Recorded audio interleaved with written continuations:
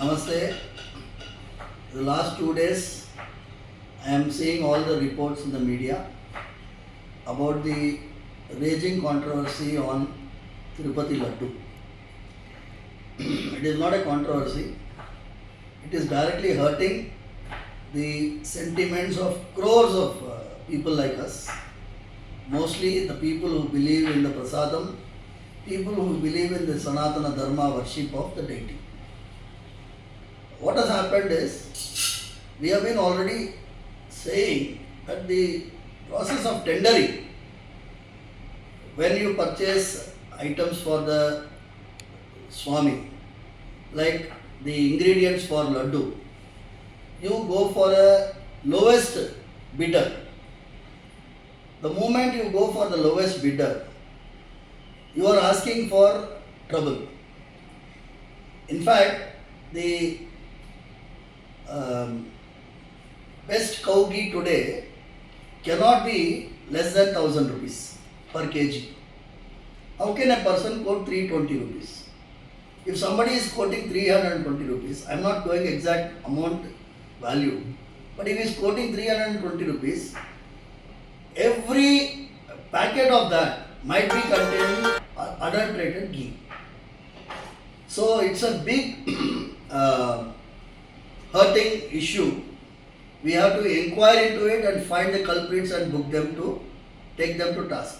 Number one, I appreciate the statement of Honorable Deputy Chief Minister of Andhra Pradesh, Sri Pawan Kalyan Garu, because he has said there should be a national level Dharmika Parirakshana Parishad.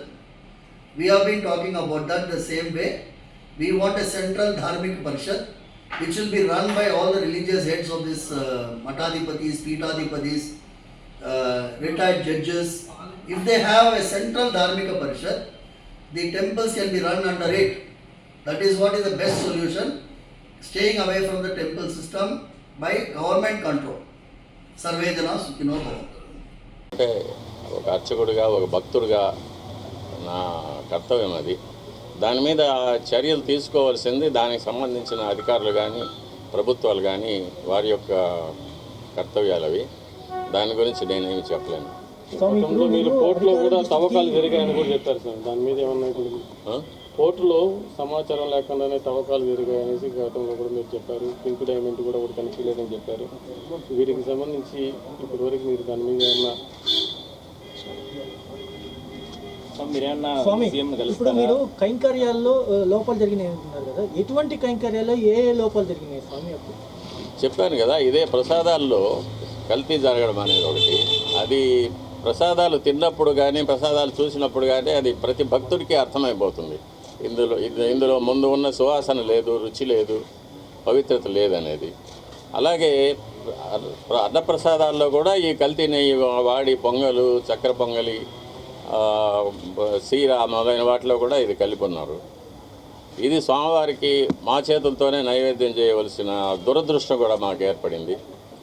అది కాకుండా నైవేద్యాలు జరగడానికి స్వామివారికి ఏ ఏ వేళల్లో నైవేద్యాలు చేయాలనేది ఆగమ శాస్త్రం నిర్ణయిస్తుంది. దాని ప్రకారం కూడా ఒక్కొక్కసారి జరగడం లేదు.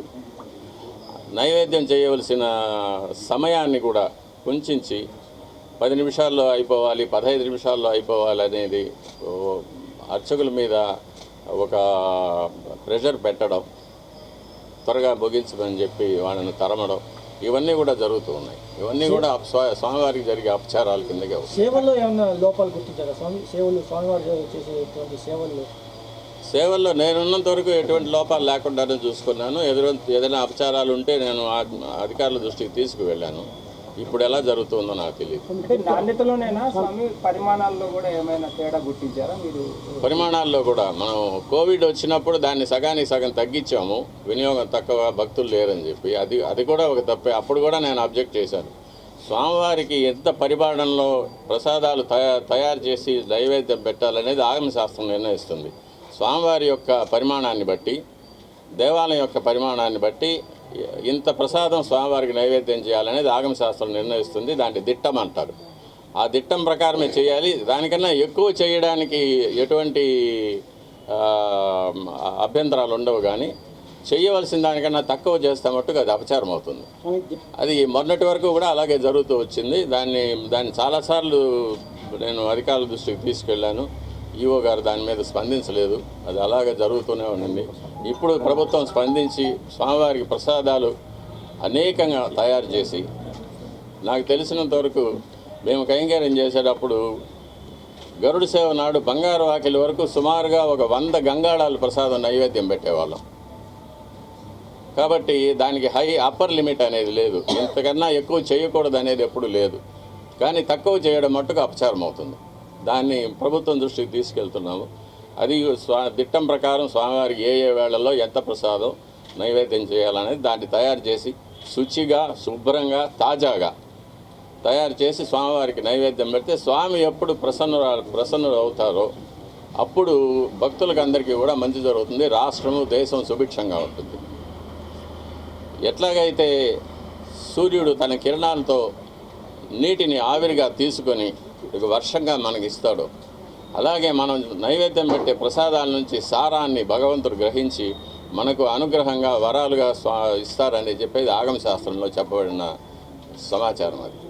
కాబట్టి మనం పూర్తి నమ్మకంతో భగవంతుడు అక్కడ ఏం చేసి ఉన్నారు, ఆయనకు మనం భక్తితో నైవేద్యం పెడుతున్నాము, ఇది మన అదృష్టమని తలుచుకుంటూ స్వామివారికి మనం నైవేద్యం పెట్టినప్పుడు స్వామివారు తప్పకుండా స్వీకరిస్తారు.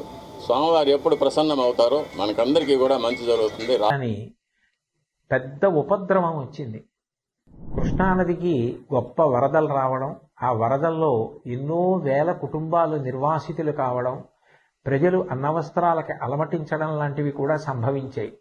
అటువంటి విపత్కర సమయంలో రాష్ట్ర ముఖ్యమంత్రి గౌరవనీయులు శ్రీ నారా చంద్రబాబు నాయుడు గారు జేసీబీ ఎక్కి పడవలో ప్రయాణం చేస్తూ బురద నీటిలో నడుస్తూ ప్రజలందరికీ కూడా ధైర్యాన్ని కల్పించి నేనున్నాను, బెంగ పెట్టుకోవద్దు అని చెప్పి వాళ్లలో ఒక స్థైర్యాన్ని నెలకొల్పారు. అలాగే మంత్రులు, అధికారులు, అనధికారులు అందరూ కూడా ఆ కష్టంలో ఉన్న ప్రజలందరినీ ఆదుకోవాలి అని గొప్ప ఆర్తిని చూపించారు. ఈ సందర్భంగా ప్రత్యేకించి ప్రస్తావించవలసిన వారు పారిశుధ్య సిబ్బంది. అనేక పురపాలక సంఘాలలో పనిచేస్తున్న వారందరూ కూడా విజయవాడ పట్టణానికి చేరుకుని అక్కడ అంటువ్యాధులు ప్రబలకుండా ఉండడం కోసం బ్లీచింగ్ చల్లడం లాంటి కార్యక్రమాలు నిర్వహించడంతో పాటుగా మంచినీటి సౌకర్యం ఏర్పాటు చేయడం, నిత్యావసర వస్తువులు అందచేయడం, ఇవన్నీ కూడా యుద్ధ ప్రాతిపదికన చేశారు. స్వచ్ఛంద సంస్థలకి సంబంధించినటువంటి అనేక మంది సభ్యులు, ప్రజలు, వ్యాపార సంస్థలు, విద్యా సంస్థలు ఇతోధికంగా విరాళాలను ప్రకటించాయి.